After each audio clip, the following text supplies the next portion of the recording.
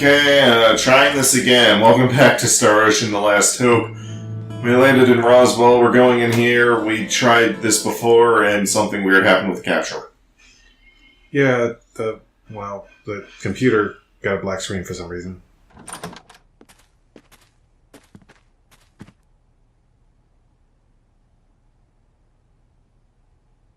This place is deserted.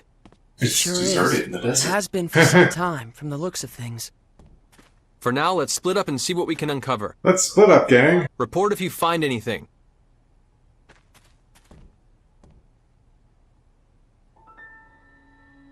It's chime time, baby!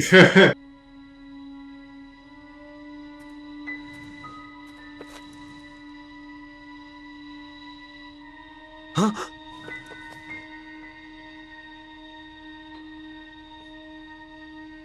What? This can't be!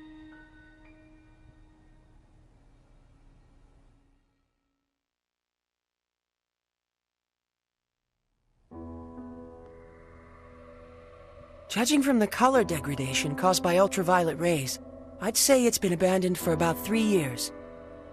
I suppose that's not particularly important, but... Well, don't jump to conclusions, FaZe. If nothing else, I just figured out when we are. The date on this magazine is too faded to read, but there was an article inside that caught my attention.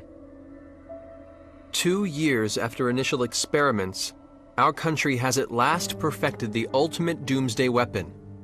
The hydrogen bomb, is what it says.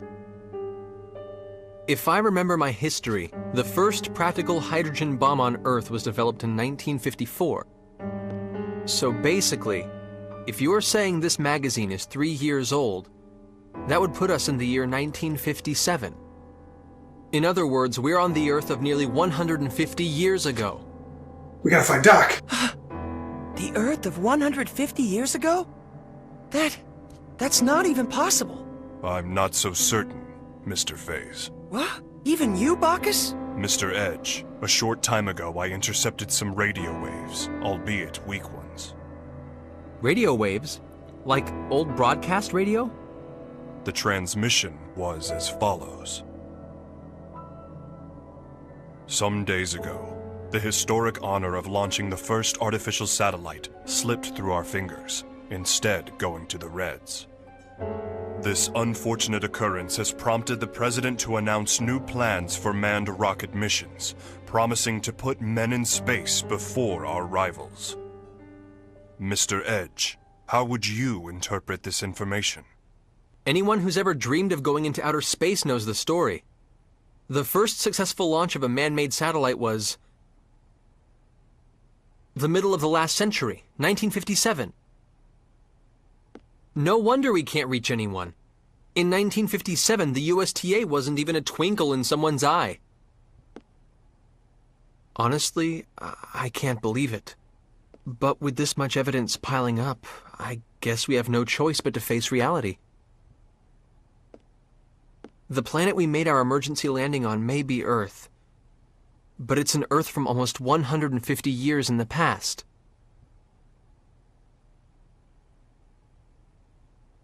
Didn't you mention this sort of thing before, FaZe? An error in mid-warp that can cause a ship to end up in another time entirely? No, this situation is somewhat different. That was brought about by the distortion caused by warping within the space-time continuum. The dangers associated with it are nothing more than arriving earlier or later on the standard temporal axis. If the theory we're positing here is true, it would be time regression. And such a thing is absolutely not possible. Though, with the situation as it is, I hesitate to apply the term absolutely. If we posit that time regression has indeed occurred, it would mean we're now located in a space topologically distinct from that in which we were previously.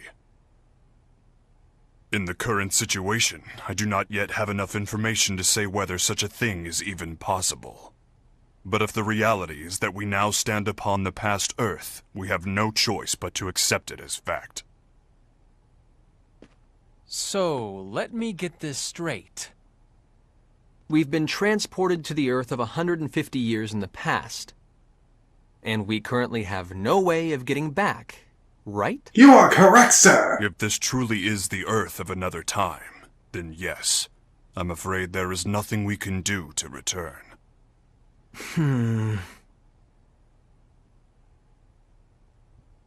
The only thing I can say for certain is this. It's pointless to keep standing around here. Let's return to the Calnus and review the situation together. Then we can decide what to do. What?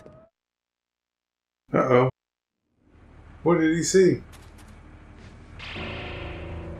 Military men. The Calnus! Damn it! When did they get here? They're quite well regulated. I suppose they must be soldiers of some sort. Even so, they've arrived much too quickly. They must have a base of operations nearby. It would seem this was more than just a ghost town. This isn't Let's Swap Theories time! Raimi and Limmel are still inside! Wait. Who said that?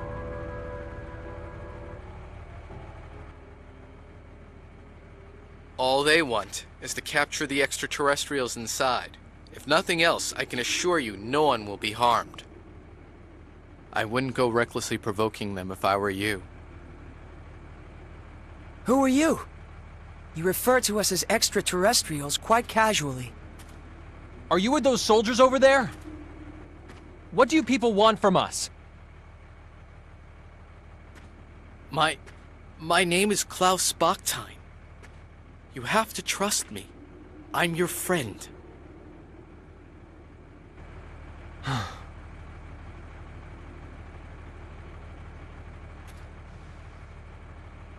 Mr. Bachstein, I must request an explanation.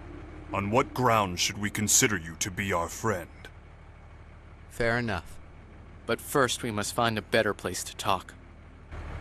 You'll all be found if we stay here. You see the house with the red roof over there? That's my home. Come with me. I'll give you the details there. Edge, are you really going to trust him? We must keep in mind that this may be a trap. Or he might really want to help us. If nothing else, he presented himself to us unarmed. Besides, he has no idea who or what we are, yet he shows his back to us? That's not the kind of man I want to doubt. Thank you. That is very like Mr. Edge. Yes, I am truly no match for him.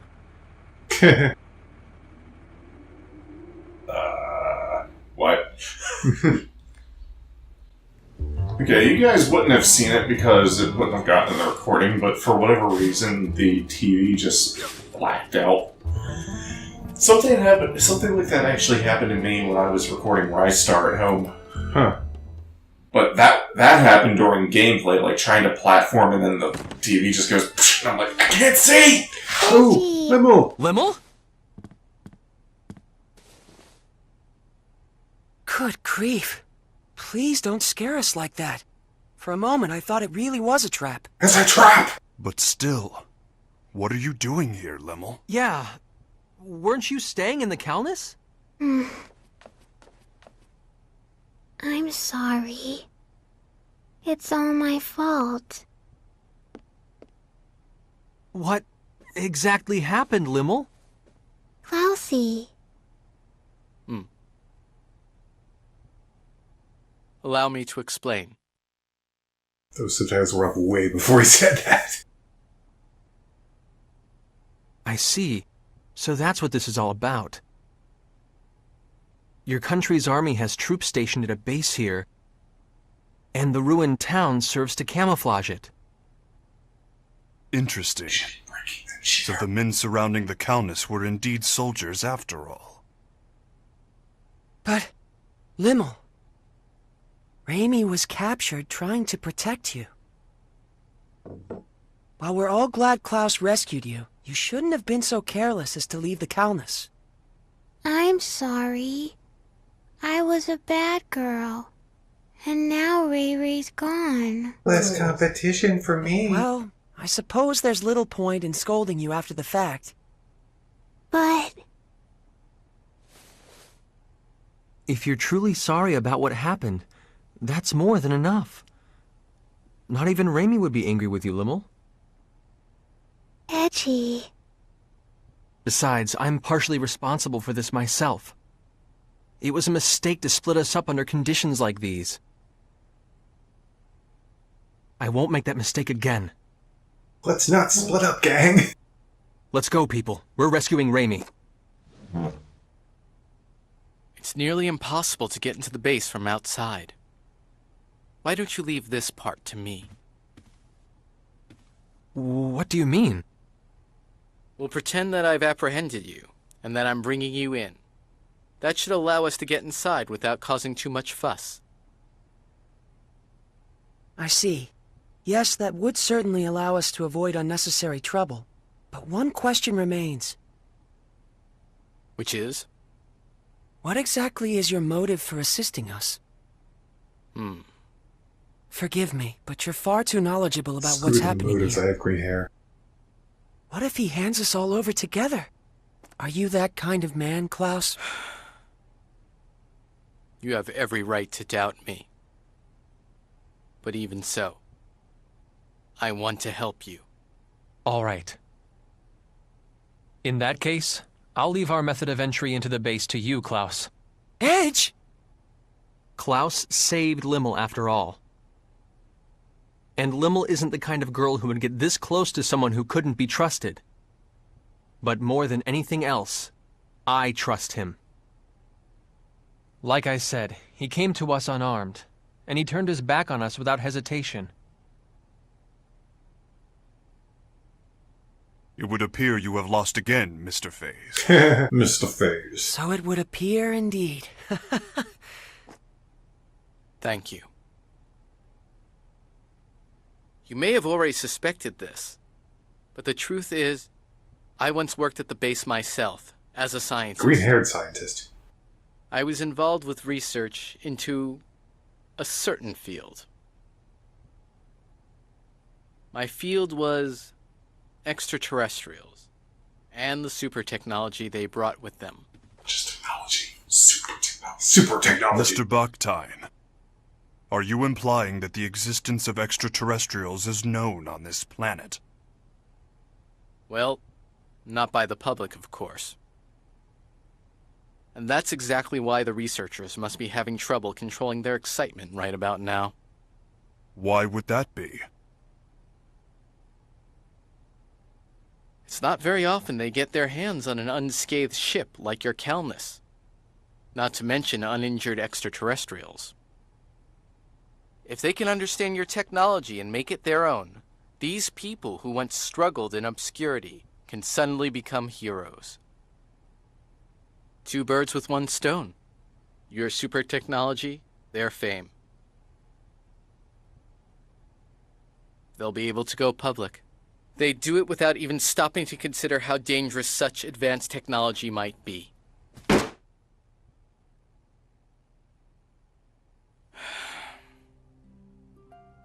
What kind of scientist would accept a breakthrough handed to him on a plate? So many, probably. We need to catch up with you on our own, through our own abilities. To be honest, our species just isn't ready for your technology. Humans be dumb. So once you've rescued your friend, I want you to leave this planet as soon as possible. If I must have a motive, I suppose that would be it.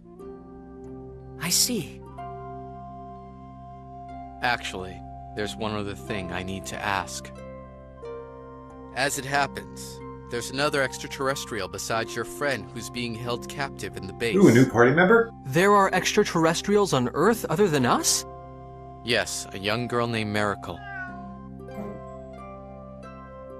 Kitty. Very blocky looking kitty. She has ears and a tail that look just like that cat's. You'll know her when you see her. Kitty. Kitty, kitty. Kitty, kitty.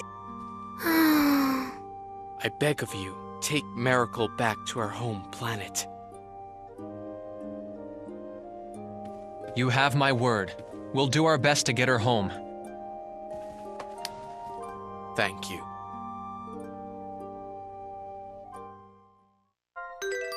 Lem will rejoin the party. I got my treasure sense back! So now I can run around and open treasure chests. Unfortunately, can't see the time that well from over here. Unable to obtain. Oh, okay.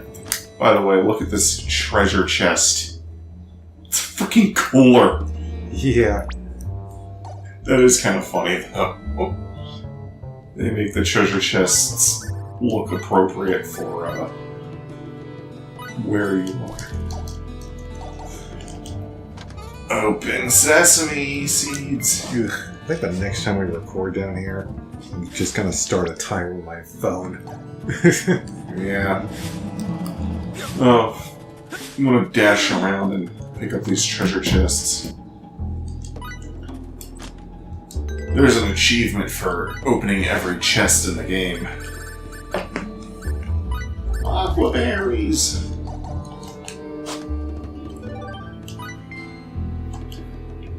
Oh, by the way, I don't think you can go back to the Calnus, but even if you could, you wouldn't be able to do item creation.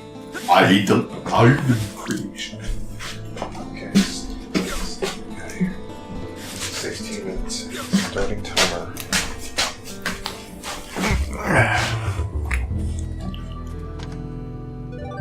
Thornberries. I heard they're wild.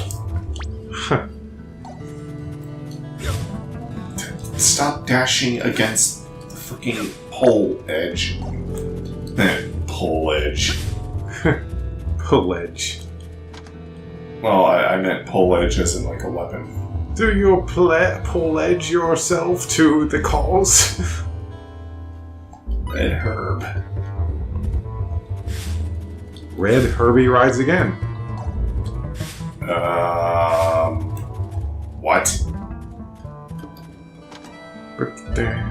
Silver armlet.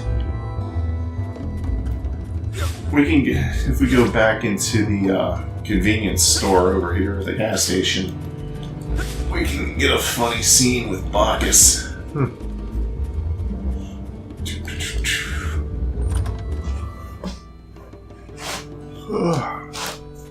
Oh, also, you can check these refrigerators for items. I think the items change or shuffle. Ooh, there's a treasure chest over here. Or cooler, rather. Big berries. Big berries. You know, Bacchus, I was quite surprised earlier. Your body has so many varied functions. No kidding, who knew you could receive terrestrial radio waves? There is nothing to it. I customize my body to prepare for every foreseeable event. He's like a robot Swiss Army knife. Cyborg. Yeah, cyborg Swiss Army knife. When executing a mission in enemy territory, one's fate can be altered by even the smallest nugget of information. The interception of radio waves is but one of many ways I collect that information. I see. Does that mean you're still receiving all manner of signals, even now? Indeed I am. That said, valuable information doesn't often come quite so simply. The information is further limited by current reception. By current reception status, for instance, the signal I am receiving now. It would seem to be an indigenous song. I can say the word, I promise. Indigenous song from this planet. The melody is of a distinctive construction, unlike anything commonly heard on EN2. A music channel or something? I'd be interested in what was popular during this time period on Earth. Could you let us hear it too? A fine idea. I too am greatly intrigued. It grieves me to admit, but I cannot. Oh, he doesn't have speakers? Why is that? and not equipped with external radio wave playback functions. Yeah, he doesn't have speakers. The only option to let third parties hear the song would be to utilize my own mouth, but I'm afraid I am, not the finest vocalist. In other words, you mean you're embarrassed to sing because you're tone deaf. Precisely. I apologize. So there are disadvantages to that body as well. I think that'll be almost towards... Yep. Oh, let me go back to Trellis's house real quick. I just want to make sure I touch on every little thing I can do here before I move on with the plot. Oh, as I was saying earlier, you can't do item creation at your ship even if you could go in there, because item creation requires you to communicate with Welsh. And you're not getting a signal through. I gotta get rid of some fresh sage.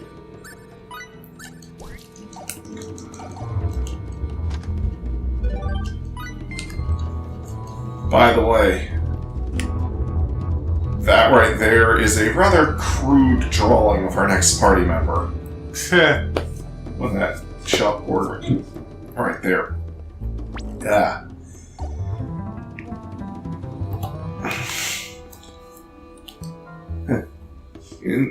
Intriguing cat. Meow.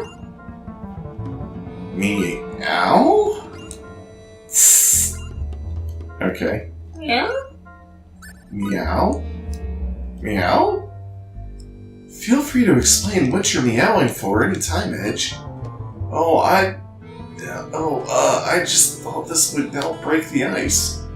Meow. Meow. Meow. Meow. Meow. Meow. Meow. He got Tayu's attention. Meow. Ruff? Oops. Must have been a faux pas. Faux pas. That word is so weird looking. I always want to read it as Fox Pass. Fox Pass. Fuchs Pass. Fuchs Pass. I think it's like French or something. Faux pas. Okay. Meow meow meow. Wow, this is pretty ridiculous. Meow meow. Meow. Meow. Meow. Meow. Meow. I think he's pointing me towards the refrigerator. Let's have a look. Well, that's a very pink refrigerator. Hey, what's this big box, huh? Oh, right. They don't have these on Limerus. It's a refrigerator, Limmel. Refrigerator? No, Mater from Cars is not in this game. Refrigerators are machines used to cool and preserve foodstuffs. Things like meat, fish, and vegetables begin to decay rapidly, but they can be kept for a long time with the use of a refrigerator. Oh, it's really is cold. I get it. It's all slick and cool, Kay. Well, that's not what refrigerators... That's not what they're for. People don't walk around mashing their faces into refrigerators. I suppose they're what you might call a modern amenity. Would you like such things in... Would you like to use such things in Limerus? We don't need them, Kay. Limerus isn't all hot like this place. Food keeps just fine. Oh yeah? Well, I guess Limerus wasn't exactly temperate. Even so, surely it can't stay cool all year. I believe that refrigerators are a necessity during hot weather. When it's warm, all kinds of stuff grows, so you can get food whenever you want. This dumb thing would only get in the way. It's a big old waste, Kay. Waste? Modern conveniences Conveniences are no big deal after all. Star Wars Episode 1, The Phantom Conveniences. Edge? I never imagined we'd be at school about the hardiness of culture that lives together with nature in a place like this. But it feels good to rub your cheek on, Kay. Slick and cool, slick and cool.